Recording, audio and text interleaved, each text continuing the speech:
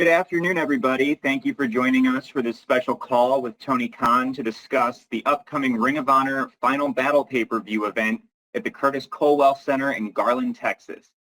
Just some quick housekeeping items in the interest of time and giving opportunities to as many people as possible. We kindly ask that you refrain from asking two-party questions. Also, please try to keep your questions focused on Final Battle this week. And as Robin mentioned, please make sure your phone is unmuted. So with that, I will turn things over to Tony for some opening thoughts, and then we'll open the line for questions. Thank you very much. Hey, everybody. It's great to be here to talk about ROH Final Battle. I'm really excited about this event. It means a lot to so many of us for a number of reasons, and there's a lot of things to get excited about this year with Final Battle, and I'm excited to talk to you all about them. And if you do have two-parted questions, three-parted questions, whatever they are, I'll do my best, but try to get through everyone's questions, and hopefully everyone gets a chance to talk. Thanks. Great. Thanks, Tony. So we're going to start things off with Chris Mueller with Bleacher Report, followed by John Alba with Fight. Hey, Tony. So with MJF and Adam Cole both being injured or banged up right now, and the ROH tag titles not having appeared on ROH for quite a while, has there been consideration of maybe vacating the titles so you could potentially put them on another tag team and have them featured on ROH a little more often? It's definitely something to look at some point. I know that it was something that MJF said was important to him and Cole, was to try and maintain the belts for when Cole gets back. Obviously, it's been a long road to recovery from a bad injury, but we're all excited about having Adam Cole back in AEW as soon as he can come back, and they are a great tag team for any company, and certainly have been a huge part of AEW this year and a big success for us. So with Adam Cole and MJF being champions, I think certainly that is something to consider. Great. Thank you, Tony. Next up is John Alba with Fight, followed by Sean Ross Sapp with Fightful. Hey, Tony. Great to chat with you. Hope everything's going well with you. I got a question about distribution for you and Ring of Honor. It's been almost 2 years now since you purchased Ring of Honor. Where do things currently stand with your general business dealings with Warner Brothers Discovery, and does Warner Brothers Discovery view Ring of Honor as a viable property to maybe bundle in any potential deal with Ring of Honor and AEW? Well, it's a great question. We've had really good talks with Warner Brothers Discovery. I had a great visit with them today, and we've got a really exciting relationship that has grown a lot over the years, and it has expanded for AEW. Ring of Honor is still really a third party in the relationship, and is a company that's putting on really exciting wrestling, and it's, I think, peripheral to the conversation right now. But it offers a lot of value to AEW and to media companies. There's a lot of interest in ROH and some of the most exciting wrestling and some of the most exciting stories and some of the best events in ROH's history are happening now. And it's really awesome that ROH has these options, and also it's very complimentary for myself and my family and our business interests that, the ROH media rights and the massive library and IP are there and accessible to us as we pursue new media rights for AEW in 2024. And we also have the additional value of the ROH library with the AEW library that continued to grow. Almost 220 episodes of Wednesday Night Dynamite alone, and well over 100 episodes of Friday Night Rampage. And it's been an exciting half year on AEW Collision, and had a great show this past week, and I think several weeks in a row, great episodes of Collision, in particular since the Continental Classic kicked on, and Dynamite. We've had some great shows recently also, especially since the Continental Classic got going. And it's been a banner year for AEW on pay-per-view, and our pay-per-view library has continued to grow with more events and great history going back to 2019. So the library is a big part of the AEW media rights, but having the complementary value of the Ring of Honor library that I purchased with the company for what I believe is a very good value in 2022. It's a very valuable asset to position in the marketplace, along with the AEW streaming library and the ability to create new events in the future from AEW and Ring of Honor and continue great traditions like Final Battle this Friday. Thank you. Thanks, Tony. Next up is Sean Ross Sapp with Fightful, followed by Amy Nemedy with WrestleJoy. Hey, Tony, to kind of stay on the ROH TV rights talk, there were rumors that before CW got involved with other wrestling companies that they had actually been interested in possibly bringing ROH onto their side of things. Is that accurate? And sort of how do you weigh that type of situation? Because I know you have basically a huge bundle of availabilities coming up over the next year. Is that something that you prefer to shop all together or individually, or do you have a preference? Well, starting there with the last part of the question, I would say that it is of value for us that we have this big library and additional media rights in addition to the 5 hours of weekly television and the great shows with Wednesday Night Dynamite and AEW Rampage and AEW Collision. And having that along with our big pay-per-view shows and our library, and then complementing that with ROH, the new events, which we've had some of the best events ROH has ever had have been in the last couple of years in the time we've owned the company. And the ability to go back and look at some of the greatest wrestlers in the world. A lot of them are in AEW now, and some of them wrestle in other companies all over the world. And great to be able to look back at that library of events. But definitely, I think that is a value add for both AEW and Ring of Honor to be aligned with media rights that are coming up for AEW in 2024. It's going to be a very exciting time for AEW, and it's great to have ROH there as a strategic value. And then as far as the TV rights, we've had a lot of interested parties. I've been, for the reasons we just talked about, the aforementioned parts that we just discussed, it's definitely something I've been holding on to and haven't had a lot of detailed conversations.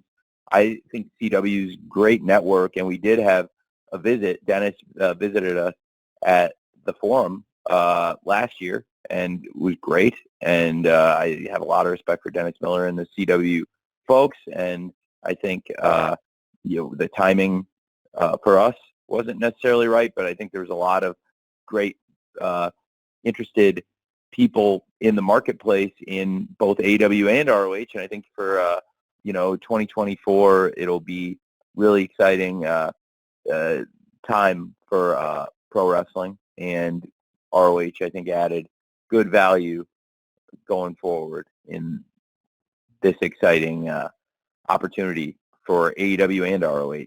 And it's also been great to keep ROH thriving, and it's proven that it's adding a lot of value to the wrestling ecosystem. There's great matches that have happened, things that are really important and wouldn't have been possible without the purchase of ROH.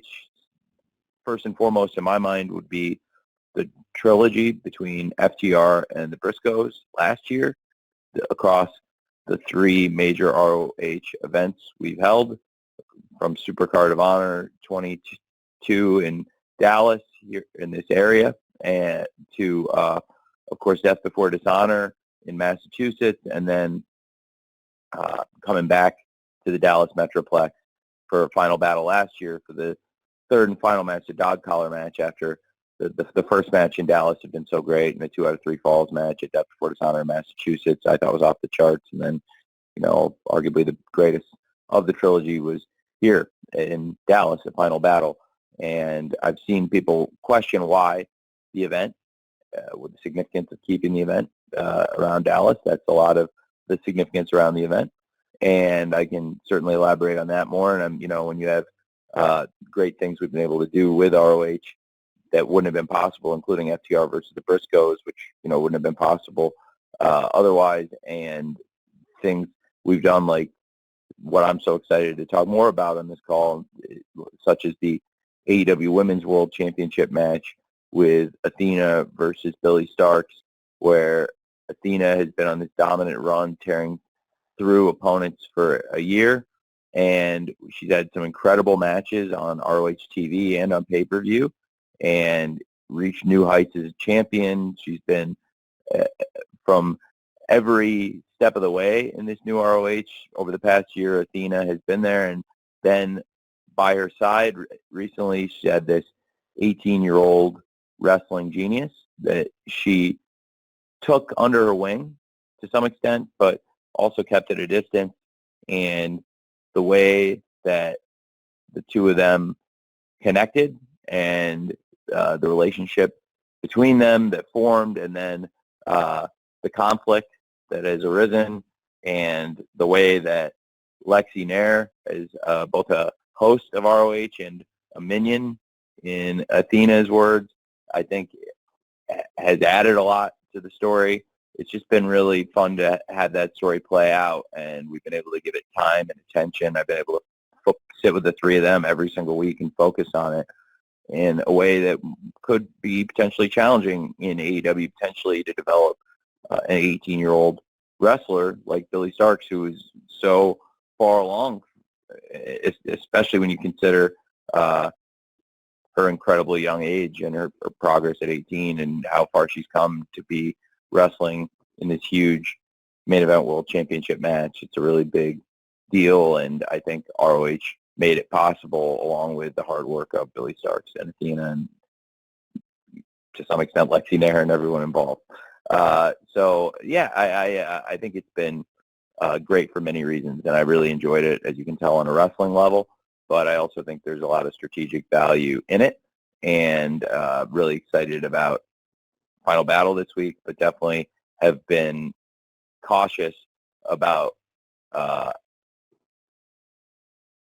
going too far with some of the interest we've had in the product from people that have visited us since I bought ROH, and because I really value the relationship with Warner Brothers Discovery. It's been great for us, and I think it's a big opportunity for AEW coming up in 2024, and ROH can be a big part of that, and the ROH purchase has been a big part of the success of AEW. When you look at having the footage and all of the unopposed trademarks and everything we acquired just regarding All In, and what a massive success All In has been, the inaugural event, and the historic success for AEW of the inaugural All In at Wembley Stadium, and now having All In again, and the huge advance that proves we were right to go back, and this is going to be a massive event consistently for AEW, and a home run for the fans in London, getting the biggest wrestling event in Europe in their market, and having it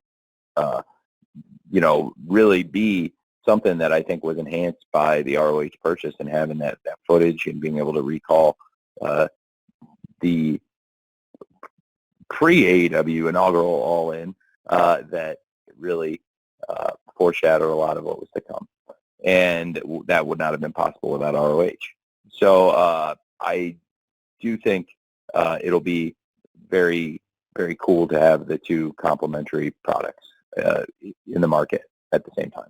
Thanks. Thank you, Tony. Next up is Amy Nemedy with WrestleJoy, followed by Jason Powell of ProWrestling.net. Hi, Tony. I am so glad that you brought up Athena and Billie Starkz, because that is exactly the question that I wanted to ask you about. So Athena won the ROH Women's Championship last year at Final Battle. And honestly, she's put the ROH Women's division on the map this year, becoming perhaps the greatest ROH Women's World Champion of all time. While she's been on her incredible winning streak, Billie Starkz has also been amassing one of her own. She has 9 straight wins in singles matches, but her last defeat came at the hands of Athena herself and the Owen Hart Cup quarterfinals at Forbidden Door.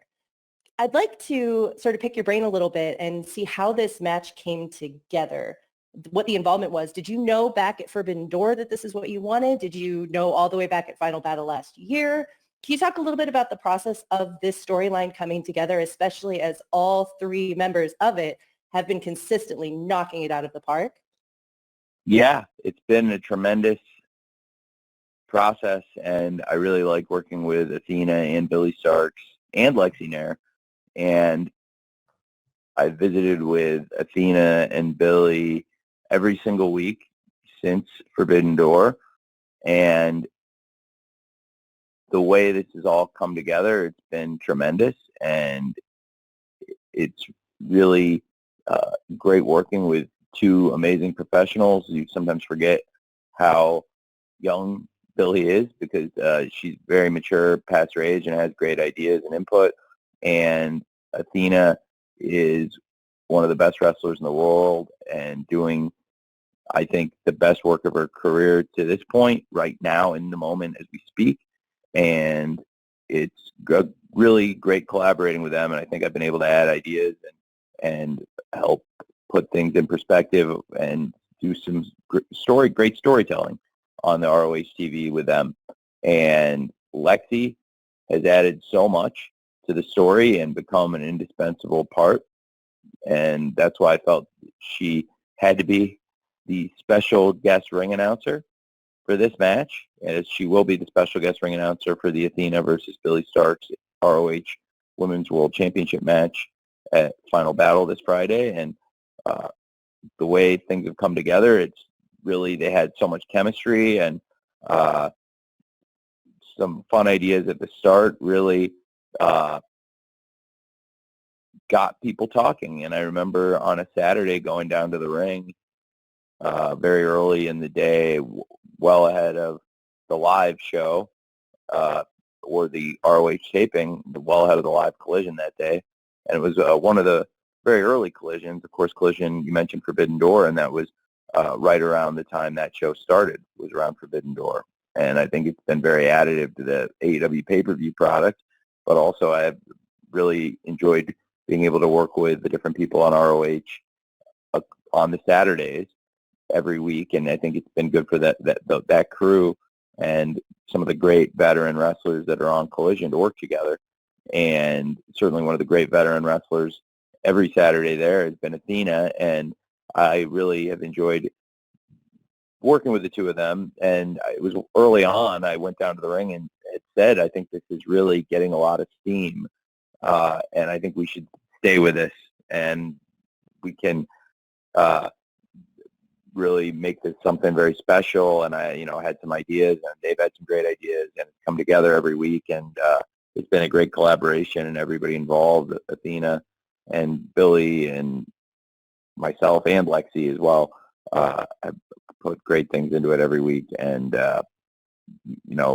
since the summer, we've been having a lot of fun with it, and we're excited for Final Battle. And it'll be something really special. I think Athena and Billy really deserve this spotlight, and it'll be a great main event match for the ROH Women's World Championship, Athena versus Billy Starks on Friday night. Thank you, Tony, and thanks, Amy. Next up, Jason Powell with ProWrestling.net, followed by Samantha Shipman of the Daily DDT. Yeah, hey, Tony, you previously said that you don't view Ring of Honor as a developmental brand, and you pointed to the brand's champions. With Eddie Kingston giving up the ROH title to create the Triple Crown title, we've also had Samoa Joe forfeit the TV title. The Young Bucks and Hangman Page lost the six-man titles. It just makes me wonder, has anything changed in terms of what your vision is for Ring of Honor?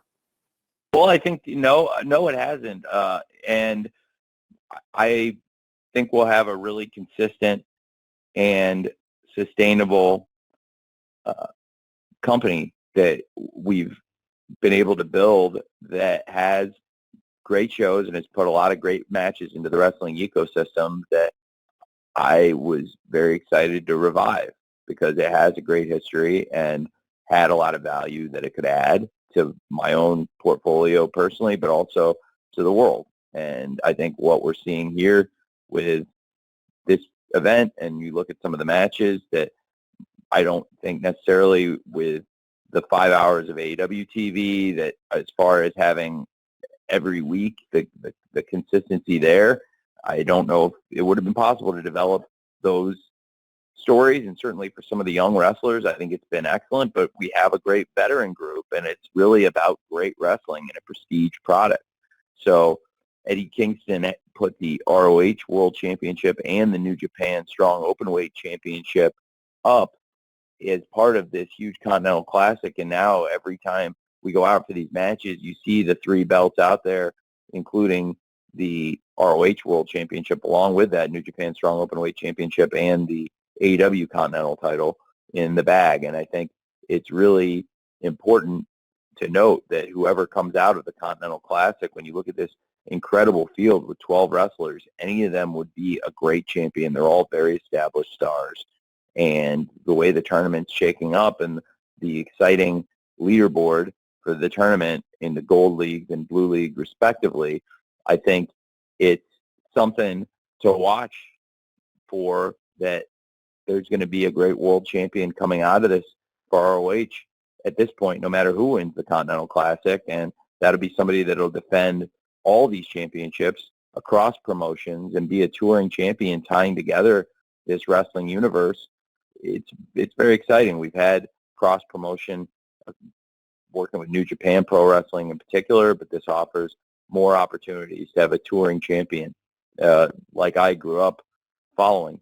And I also think it's, with the champions, in addition to the Ring of Honor World Championship, you look at the Women's World Championship, and it's held by such a great veteran, and we have that incredible main event to look forward to with Athena versus Billy Starks, and it's a great example of where I think a young wrestler with tons of upside has been the beneficiary of working with such a incredibly talented and respected veteran like Athena. And I think we have some great champions in the company right now. There's also some great young wrestlers, and it's a great blend. And without having all the necessary elements of other televised wrestling shows, by having the streaming product we have right now, also we're not as locked into specific format times, so people can have longer matches, or in some cases, if they're not ready to have longer matches, shorter matches, and not be thinking about commercial breaks or certain aspects of it. But there are other aspects that it's great for the people to learn working on television, working in the same arenas with the same production staff, and there's a lot to be said for it for the young wrestlers, but it's also a great group of top veterans and a prestigious wrestling product with prestigious championships. Thanks so much, Tony. Next up, we have Samantha Shipman with the Daily DDT, followed by Bill Pritchard with WrestleZone. Hi, Tony. Hi. I have a question for you. I guess Athena is the woman of the hour here, and I would agree with, I believe, what Amy said, that Athena has been probably just, I think, the best champion in the world, the best women's champion in the world. But what we've seen with Athena is she has defended her title completely in ROH, where we've seen our other ROH champions defend it in AEW. And is there a specific reason why she only defended her title in ROH? And then regardless of who wins on Friday, can we see the champion defending their title in AEW, or are they going to be strictly on Honor Club?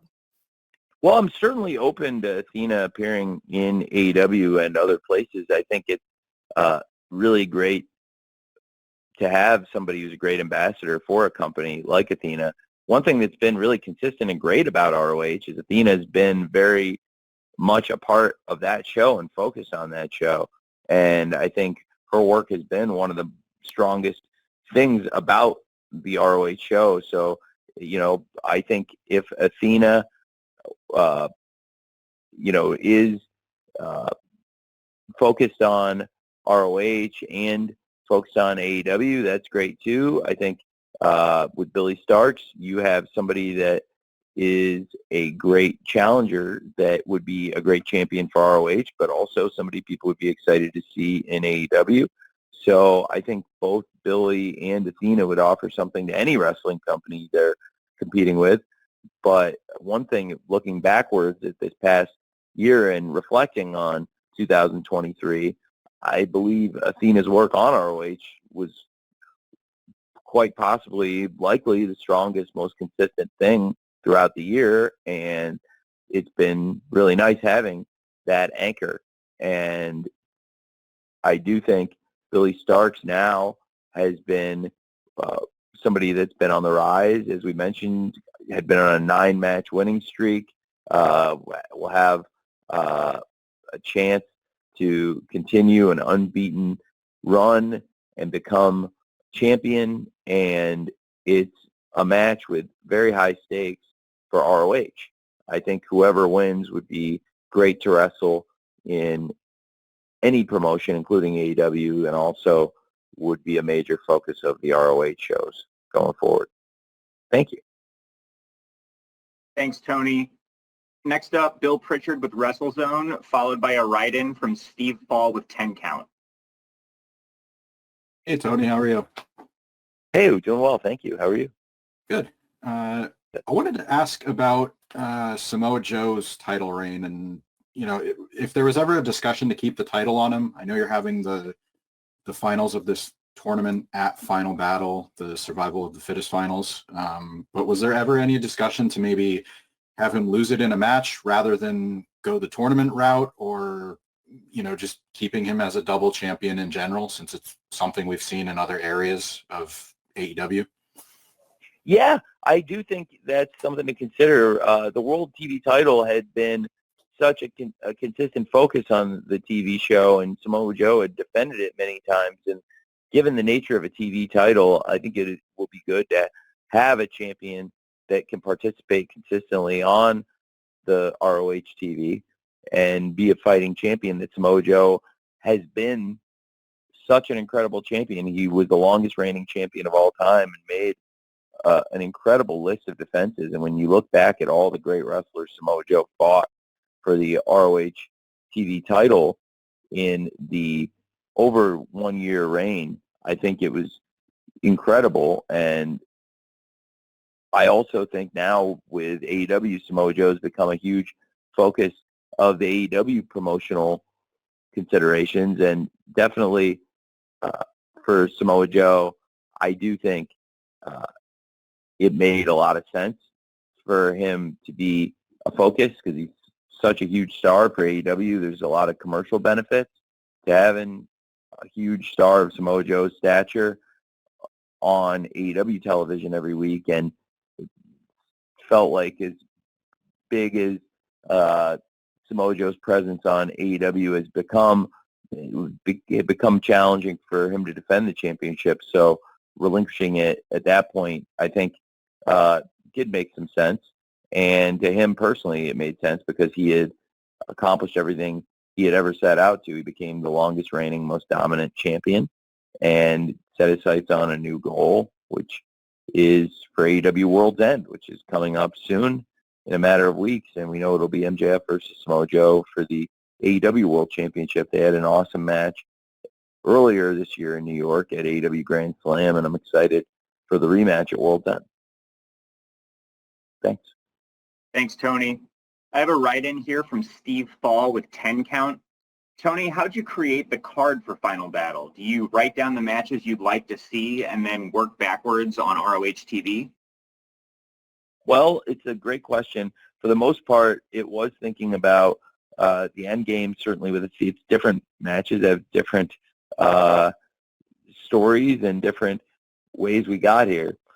Certainly with Athena and Billy Starks, it's been a long process to get to this match, and a lot of storytelling and really hard work by both Athena and Billy and the great team on the production and Lexi Nair and everybody that helped get this to a huge world championship main event match coming up this Friday, Athena versus Billy Starks. Something that I had wanted to see, and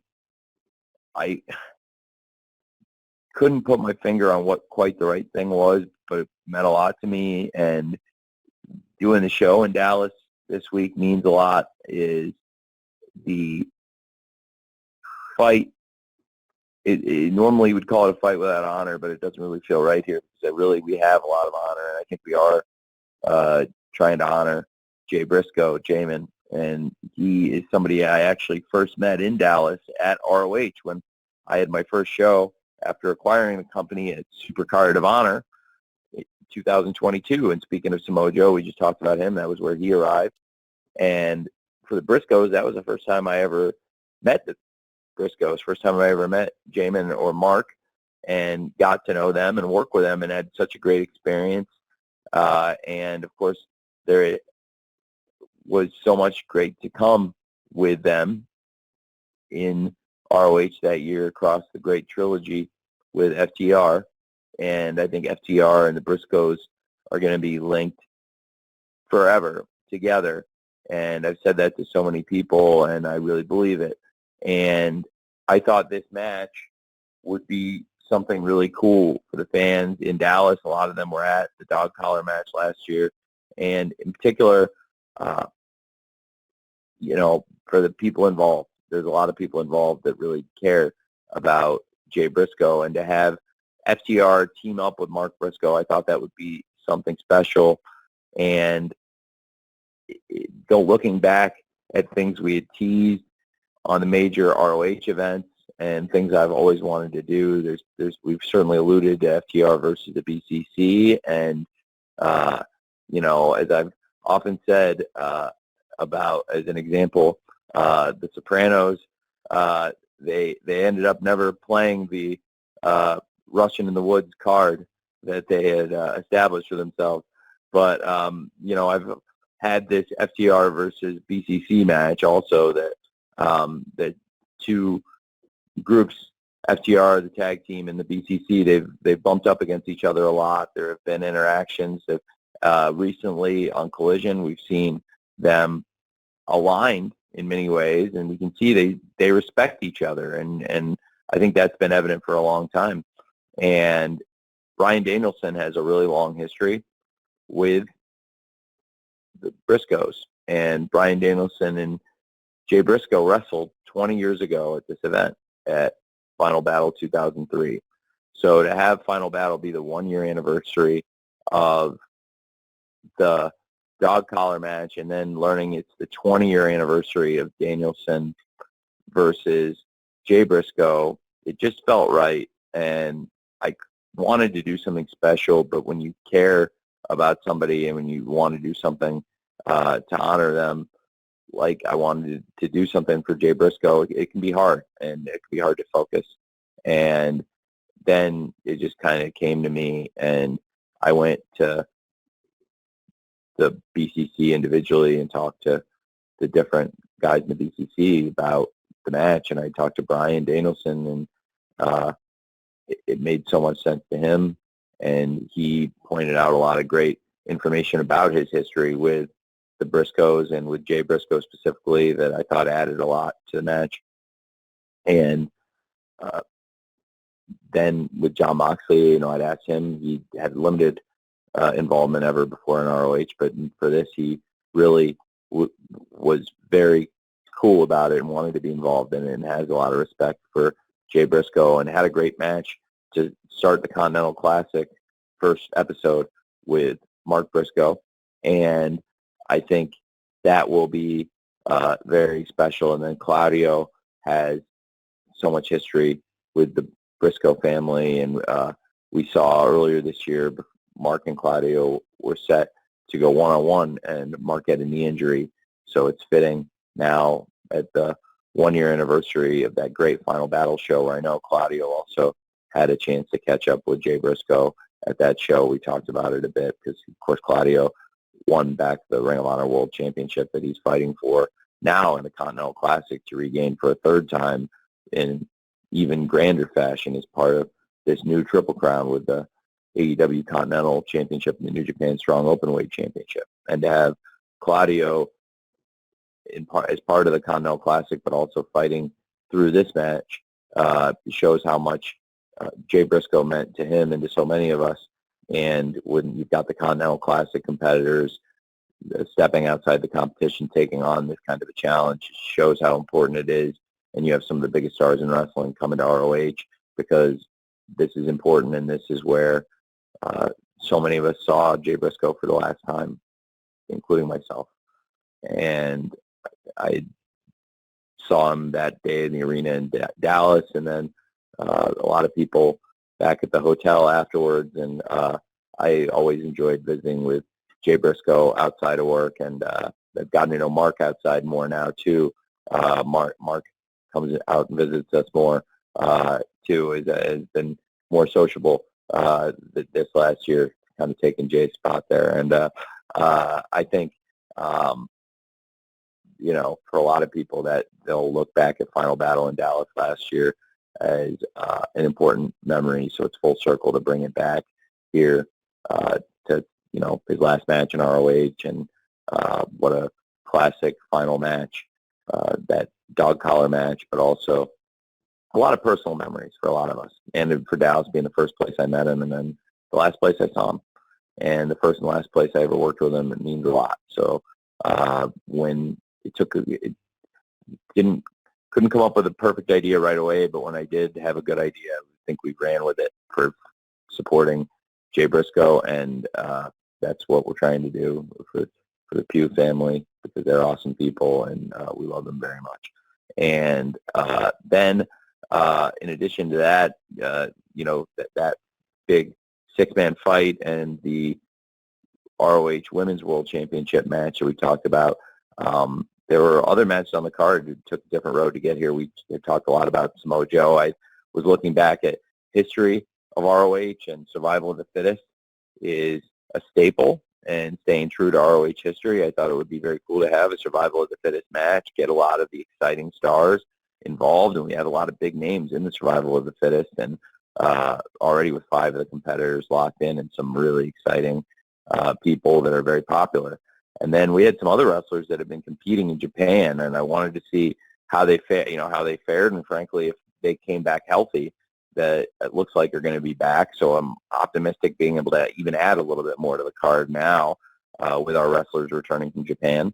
And of course, there's also been some Lucha Libre presence on this card in the past, and we have some of that in the survival of the fittest, but I might be making an addition there as well. And when we talk about story, of course, I was really enjoyed working with Ethan Page and Tony Nese, who brought a lot of great ideas for their program, and they're 2 people that really wanted to wrestle each other, and have built some great interest, and I really enjoyed working with them. I think there was some good buzz for the contract signing segment we did this past week for that I Quit match, and this Thursday on the Go Home ROH, which we'll look forward to kind of turning our focus to after Wednesday Night Dynamite tomorrow night. We'll hear from everybody on that Go Home show before Final Battle, and I think there's some really exciting stuff on the card, and it all took different journeys to get here. Some of them a long plan, and some of them by necessity, circumstances that arose, and no circumstance more tragic than the fact that Jay Briscoe's not here with us at Final Battle this year. But I think the card is going to be a really great show on Friday, and I'm excited for the event. Thank you. Thank you, Tony. I have another write-in here with Kimmy Sokol from the Pop Break, who will be followed by John Pollock with Post Wrestling. Kimmy writes, how would you evaluate Ethan Page's work so far in Ring of Honor?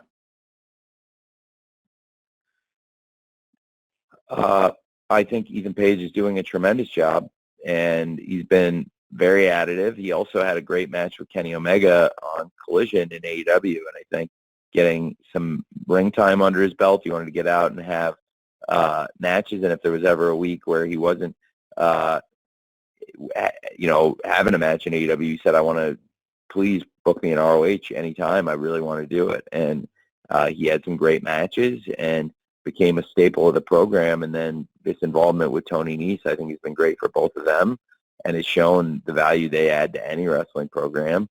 And should be a great match and has become a heated rivalry. And you can look back and see how it got here on the ROH TV, and I think it's been two great wrestlers having an opportunity to showcase themselves when it's sometimes jam-packed with big names on AEW TV. They're great names too, Tony and Ethan. And I think, you asked about Ethan. Ethan's somebody that really double-dipped. He had the great contract signing this past week on Thursday, and then on Saturday had an awesome match with Kenny Omega on Collision that did very well and did a good rating, and he did very well in the match. And was tremendous for both men, and I think meant a lot to Kenny and Ethan to have a big match in their home country, Canada. And I think now he'll have a big match Friday at Final Battle, so he's doing great stuff. Thanks for asking. Thank you, Tony. Next up, we have John Pollock with Post Wrestling, followed by Paul Berry from Newsweek. Hey, Tony, the last time we got an updated figure from you for Honor Club was around 15,000 subscribers. I was just curious if there's an updated figure you can share. And are you viewing this experiment on Friday as such of seeing how it does as an exclusive to Honor Club, or could we see it go back to pay-per-view in the future? How are you viewing that decision? Well, it's a great question. I think this has been tremendously successful in terms of gaining new subscribers. So at least as an experiment, I think it's been a big win. We have a pay-per-view coming up with World's End that we're very focused on. Expanding the AEW pay-per-view calendar has worked really well. There's a lot of interest in World's End. The tickets are moving very well. And the Continental Classic has been some of the best AEW TV ever. And we've had some of our best matches, and people have really enjoyed the shows. And if you haven't seen Dynamite, Collision, or Rampage this past week with Danielson versus Garcia, the AEW shows have been featuring great matches from the Continental Classic. And I think with the final coming, as we've been saying consistently across the shows, coming at World's End, I think there'll be a lot of interest in that. And I talked before about Samoa Joe. Of course, this is the ROH Final Battle call, and we talked about Samoa Joe because he's the greatest TV champion ever, and now the TV championship is up for grabs in the survival of the fittest match. And I think Samoa Joe versus MJF, as I mentioned, is a match that I'm very excited to see, and I think a lot of fans are excited for the rematch after they had a great main event at Grand Slam Dynamite. And coming up on World's End, I think it makes sense for the timing of this event, at least as it stands right now.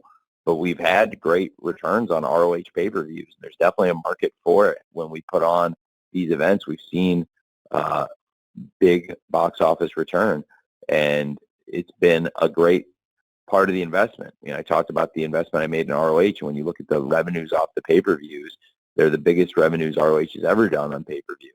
And if we do decide to go back to or stay with that model long term, it'll be because we've had a lot of success as promoters with AEW and now ROH at selling pay-per-views. And now this is putting some folks on the WatchROH.com, the Honor Club product. We've been able to drive more subscribers in recent weeks and expect to have another big week for subscribers here with Final Battle, as we've seen the increase on the run-up to the event. And it should be really cool stuff for us going forward. And really also, we have a lot of options for how we want to disseminate the content going forward for streaming versus pay-per-view or whatever combination. But this has definitely been a successful experiment to grow WatchROH.com. Thanks. Thank you, Tony. Next up, we have Paul Berry with Newsweek, followed by Derek Reed with Keystone Broadcasting.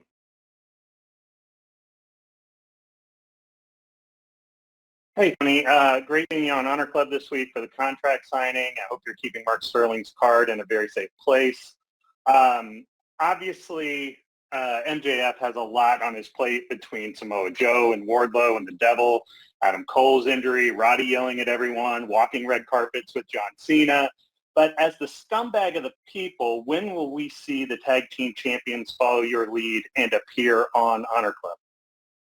It's a great question, and I think it's something to consider here with MJF and Adam Cole and the tag team championship. Was actually the very first question I answered to some extent. Was reflecting on how important MJF and Adam Cole have been to AEW this year, but also how they would raise the profile of any company, including ROH, where they're the champions. But certainly with Adam Cole's injury, they have not been able to make regular appearances, so that is something to consider, absolutely.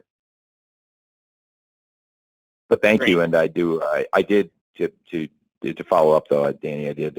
I did keep Mark Sterling's card in a very safe place, and you never know when you're going to need a Mark Sterling. So thank you very much. Thanks, Tony. Next up, Derek Reed with Keystone Broadcasting, followed by a write-in from Joey Galizia with Wrestle Purists. Hi. Thanks for taking my call. I was kind of wondering about the Pure division, with the Triple Crown Championship being created. It seems like the champion's going to be working in 3 different spots, really. And is that going to shine more of a light on the Pure division? Are you looking to maybe reinstitute the rankings, but in the ROH Pure category? Well, it's a great question. I think that the Pure Championship has gained a lot of profile, and one reason for that, well, there's multiple reasons. I think we've had great champions, and 3 people who helped raise the profile of the title, I believe, are Daniel Garcia, who was a champion at one point, and somebody who I have a lot of respect for, and another person I have a lot of respect for is the current champion, Wheeler Yuta, who is a multiple-time champion, and the only multiple-time champion, and is not necessarily the most honorable wrestler, and certainly not the most popular member of his own faction, the Blackpool Combat Club. Definitely not the most popular guy in the BCC, but he is a great champion, and I think having 2 great young wrestlers fighting for the title like Yuta and Garcia has added so much to the championship, and also we've seen the profile raised, in my opinion, by Katsuyori Shibata, who I feel has been wrestling's greatest champion. And anytime he defended the ROH Pure Championship, I believed in the stakes and the importance and the honor of the championship. And when it comes to the Pure title, I think Katsuyori Shibata has been really important to raising the profile of the championship. And now Wheeler Yuta has very big shoes to fill, and Wheeler Yuta is a great wrestler, and he's very capable of doing that, I think, when he wants to do it. So there's a lot of exciting stuff to keep an eye on when it comes to the ROH Pure Championship. It was a blow struck against honor when Wheeler Yuta took advantage of Katsuyori Shibata, and I do think Katsuyori Shibata will be back, and I'm very optimistic about him making a return, thankfully, and thanks to Hook showing up in time to help him. And Katsuyori Shibata, when he returns, will certainly be looking for payback, and I think that's helped the championship. And certainly when you have somebody that's been through what Shibata's been through and has been, I think, through some of the most challenging circumstances to mount a comeback in pro wrestling history, and done it with flying colors, and then became a great champion against all odds and all expectations. That's a great story. So that's something to keep an eye on also. And I have a lot of respect for all 3 of those men, Garcia, Yuta, and Shibata, and I think all of them add a lot to any wrestling promotion, and certainly have added a lot to ROH as the Pure champion. Thank you. Thank you, Tony. I have a write-in here from Joey Galizia of Wrestle Purists. Tony, New Japan Pro Wrestling just announced that they're launching a global championship. So based on your relationship with New Japan, do you foresee that title being defended in Ring of Honor or AEW? And would that affect any type of plans with the Triple Crown Championship? I certainly would be open to having any of New Japan's great champions defending the title in AEW or ROH or any promotion. I think that's great. And New Japan Pro Wrestling has a really, really exciting roster. They have some of the best wrestlers, and we have a really exciting opportunity going forward to present what I believe is a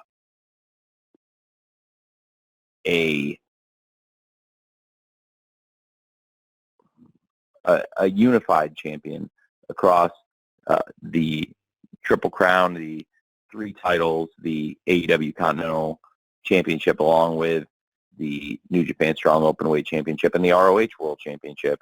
So with any New Japan champion, we would certainly welcome them to compete as part of the same spirit of competition and the partnership with New Japan Pro Wrestling. So we're excited about that news, and certainly that creates another exciting opportunity in the world of pro wrestling with the great roster that New Japan offers. Thank you, Tony. And we're going to close here today on a question from Ella J with SE Scoops. Any news on who the 6th competitor will be in the TV title Survival of the Fittest match? Well, stay tuned to ROH. We've got a great 5 competitors. Of course, there'll be 6 in the Survival of the Fittest, and we've been following it here, and we'll be announcing more and keeping people engaged on the run-up to the event. And there's still a little bit more to go, a few more days and one more TV. So, but I'm excited about the Survival of the Fittest match, and it's a great question, Ella, and I really appreciate it. Thank you, everyone. We are now at the end of our time. We'll be distributing an audio recording to all attendees shortly, and we thank you again for being a part of today's call.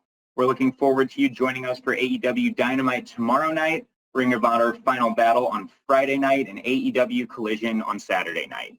Thank you.